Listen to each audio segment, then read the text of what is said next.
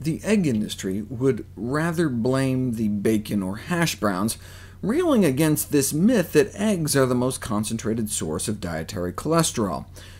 And it's true. They're right.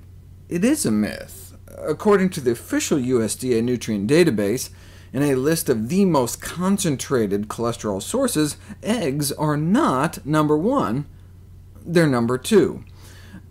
Brains are number 1. Veal brains, cow brains, pig brains, lamb brains, raw pig brains, more veal brains, and then eggs.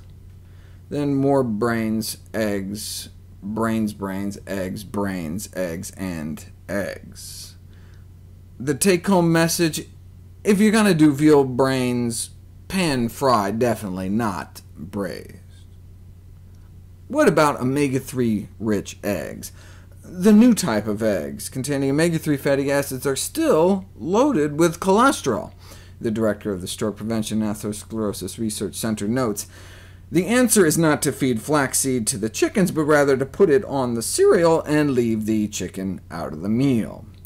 The devastating new review published last year implicating egg consumption did not go over easy with the egg industry.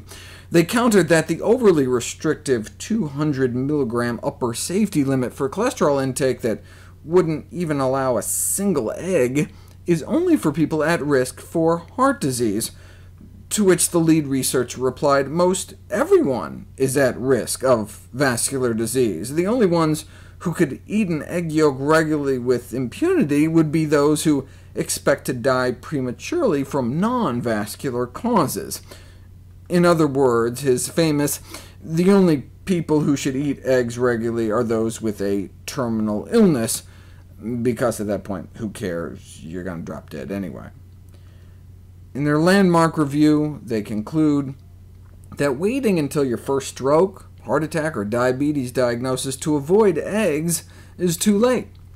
They conclude stopping egg consumption after a heart attack or stroke would be like quitting smoking after a diagnosis of lung cancer, a necessary action, but late.